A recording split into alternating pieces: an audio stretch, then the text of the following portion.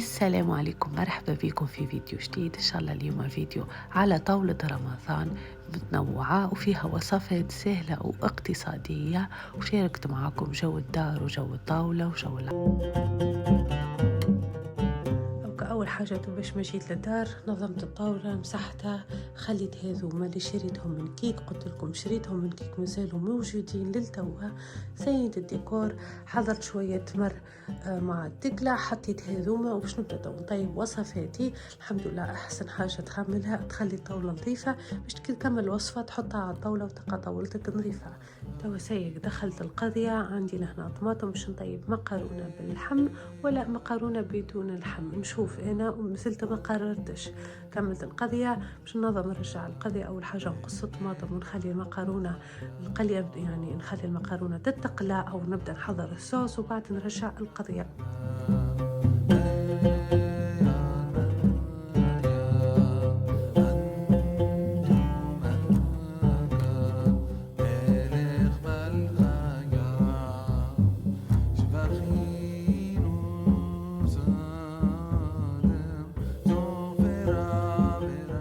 هنا تقريبا عندي 800 جرام طماطم، يعني طماطم طازج.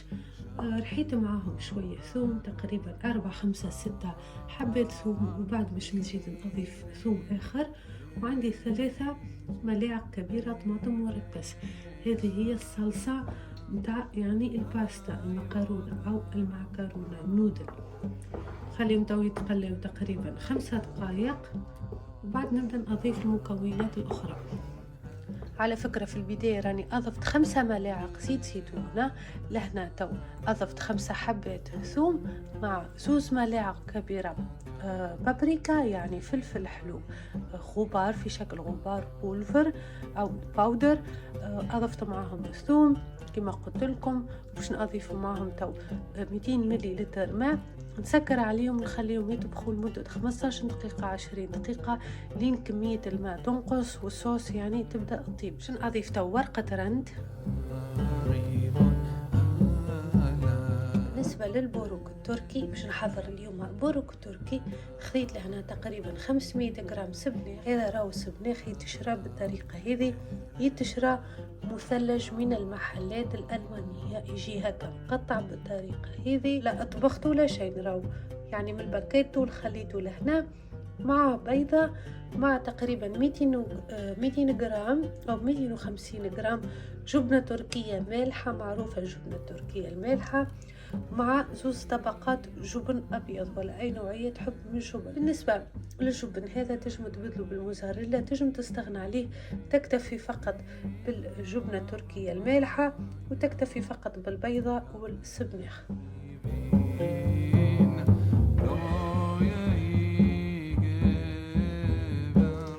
نستعمل ورقة البوروك هذه هي 3 أورو 600 جرام 650 جرام. هذه هي ورقة اليوفكا، موجودة في المحلات الألمانية وليست التركية، خاصة المحلات التركية الأغلبية تقع في الجلاسير، مكتوب عليها فيجان، يعني ما تخافش راهي حلال.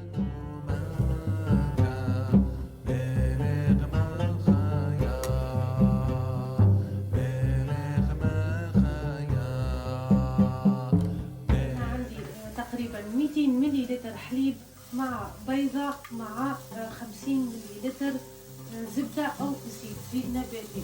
لهنا عندي خديت لهنا 3 طبقات صغيرة، هذوما راهم 3 طبقات صغار يجيو بالطريقة هذه. خليت الشكل اللي هما عاملينه من الأول يعني مطوي على الشكل هذا، خليته هكا جيت حليتهم باش ناخذ الشكل هذا الوسطاني، مستطيل الوسطاني. ندهن شوية تقريبا 5 6 ملاعق ندهن. تجم تدهن كل طبقة، لكن أنا مانيش باش ندهن كل طبقة، خليتهم هكا. أما باش نكثر من كمية الحليب والزبدة اللي باش ندهنهم، خليتهم شوية ملحة شوية زيت.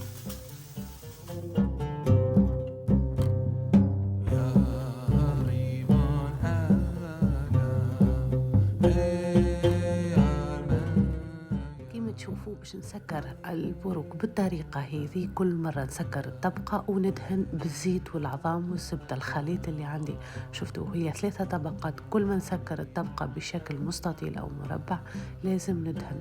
تو خليتها في طاجن باش ندخلها للفور، لازم عملت الزيت أنا في الطاجن، يعني خليت البروك على الزيت قسمته بالطريقة هذه، طريقة مثلثات أسهل طريقة. وعلى فكرة لهنا كما تشوفوا على الغاز عندي اللحم قاعد يطيب، هذا اللحم باش نحطه في المقارونة، يعني نحطه في الباستا.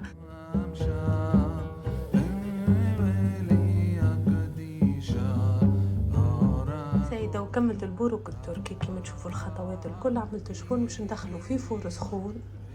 لهنا أنا قاعدة نخلط في الحشوة متاع البريك، سبق وشاركتها في الفيديو السابق متاع طاولة يوم الثالث رمضان. ولا ما ترميش الحشوة وخلي الحشوة بعد نرميوها تحت الكاس. هذه نزيد عظام ولا مريكل؟ كيفاش تحبها جارية ولا أكثر؟ شوية جارية. نزيدها كعبة ولا زوج؟ ركوب سيلي انت ولا نقليهم؟ انتي تقليهم به انا ماكش باش باش يكسروا لك. هي ما تطويهم طوي سبيسيال ما تعرفيش. تعلمها تعلمها. عارفة أمام الحبة إيش ما تجيب لينا. توي تمي. قلت لها توي تمي انت، هذه توي الوحدة، توي بتاع تونس.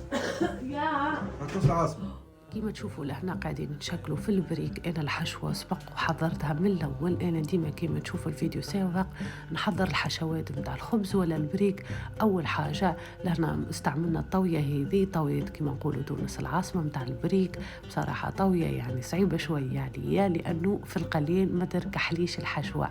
حصيلوا لهنا بدينا نقليو في البريك، وانا كيما تشوفوا قاعده زدت أضفت يعني الحمص للصلصة، لأنه الصلصة تقريبا بعد 30 دقيقة طبخت وسايي والزيت متاعها طلع، يعني الصلصة متاع الطماطم كملت، متاع الباستا كملت. وأضفت لها اللحم وخليت كمية لحم صغيرة على جنب، هذه باش ناكلوها يعني بالخبز.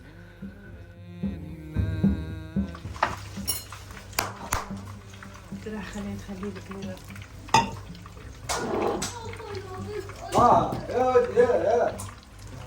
يا خلي ما هذا؟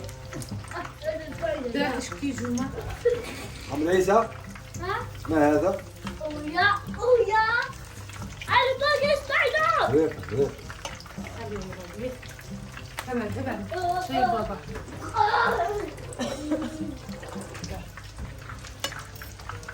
اشكيجو ما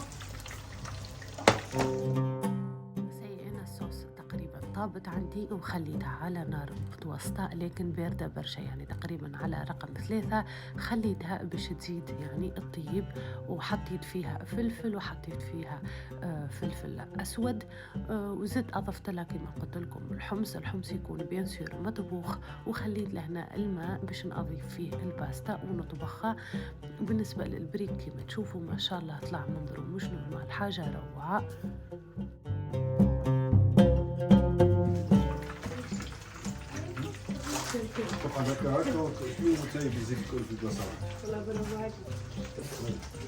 تحطه في المخفول. شنو مخفول؟ مخفول كسكاس بتاع ولا حاجة. كسكاس. المخفول هو الوطني ولا نزيدها في الفقاني. المخفول الفقاني. المخفول الوطني. المخفول الوطني. كسكاس الفقاني. هاي بو. المخفى ماما. يعني ما نجمش ناكل جو. Wat is dat? Oh, ik kan niet. نزيدو هي 10 دقايق وناكلو ان شاء الله. عيشوا الدنيا ناكل. Ja, قاعد ناكلو. ik ga essen ook.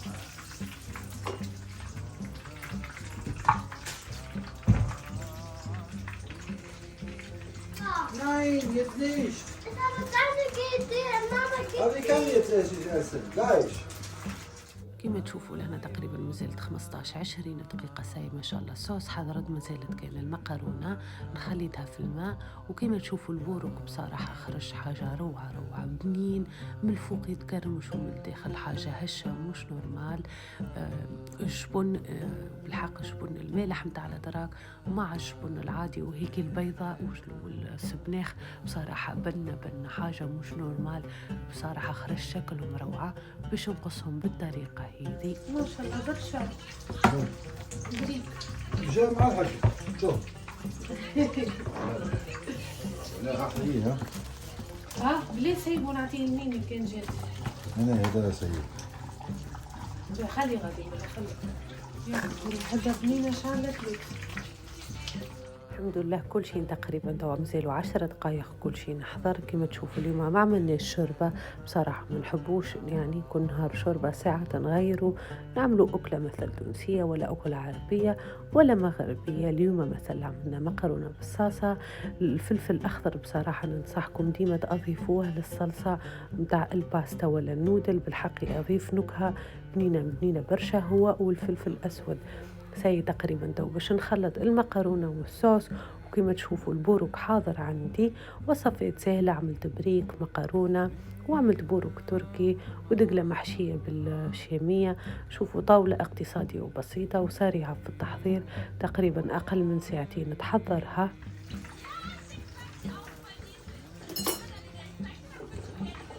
صح سيدة والبريك حضر كما تشوفوا لهنا. هيك اللحم اللي طيبته وحده في الماء وفي الزيت، حطيت شويه خليته بالزيت نتاعو باش ناكلوه هكا. فور ما تقصليش الغاز. البورك كيفاش طلع بصراحه روعه، ما نحكي لكمش على الحشوه اما بنها ما شاء الله. بالحق انا ما نحبش السبناخ برشا، لكن الحشوه بالبورك والسبناخ والجبنه والبيض روعه بصراحه. ننصحكم تجربوا البورك هذا، ما يطلبش برشا. التحضير تقريبا 15 دقيقة، ما تتعبش لأنه بالحق العجينة حاضرة.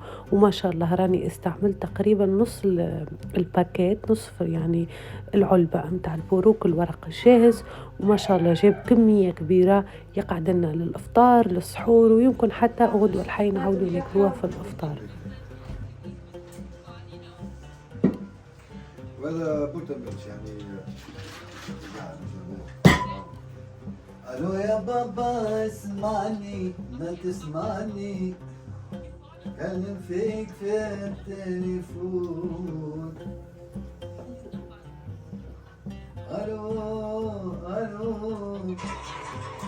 يا بابا اسمعني. وفي الطاولة مسمحة ومزينة ما شاء الله بالحق، وصفات اقتصادية وما طلبتش برشا وقت. البوروك والبريك الحشوة شاركتها في فيديو سابق. استغليت اللحم، خليت شوية ناكلوه بالزيت زيتونة بالطريقة هذه. اللحم مطبوخ بالزيت زيتونة مع الخبز، وصفة الخبز متاع فطائر رمضان وخبز رمضان سبق وشاركتها. العجينة هذه دو نخلي لكم الرابط متاعها. ويعني زيادة استغليت كمية اللحم وخليتها في الصوص متاع النودل أو الباستا. وآخر خطوات مازال باش نقدم لهنا الباستا والنودل. وهذه هي طاولتنا ما شاء الله، طاولة اقتصادية تونسية. لو يسمعني بابا يعطيني كعبة كرتوش. الله غالب عمل لي تبع في اللي هبني. موسم عبلة. موسم عبلة يعني ديزولي ضاعوا مني الأسئلة. مفهوش. يا تقاني نعرفوا كيف موسيقى ما ضاعوا مني. سي كملت الطاولة كما تشوفوا زينتها بالطريقة هذه بالسيرفيس هذا الأبيض مع اللون الذهبي. بصراحة سيرفيس روعة، يعني طاقم متاع أواني روعة. شريته رمضان تو إن شاء الله نشارك معكم منين شريته. زينتها بالطريقة هذه طريقة بسيطة. عملت اللحم، قدمت الخبز، وفي الآخر قدمت المكرونة البريك والبوروك. وصلنا لنهاية الفيديو، نتمنى لكم إن شاء الله إفطار مبارك وصحة شريبتكم إن شاء الله. وإن شاء الله عجبتكم الأفكار متاع الطاولة هذه. كما تشوفوا راه مش لازم ديما يعني سوب، أنا بصراحة ما نحبش ديما يعني سوب، نحب ننوع في طاولة الإفطار. كما تشوفوا ما شاء الله البريك بصراحة جا كمية كبيرة يقعد لنا للتوا وللسحور. زيت اللحم هذا بصراحة بدنا كي تحطوا طايب وقت طويل في الماء وبعد تضيف له زيت زيتونة. حصيلوا ساي وصلنا لنهاية الفيديو. إن شاء الله عجبتكم هذه الأفكار متاع الوصفات هذه وعجبتكم الطاولة، ونتمنى لكم إن شاء الله رمضان مبارك. شكرا على المشاهدة والسلام عليكم.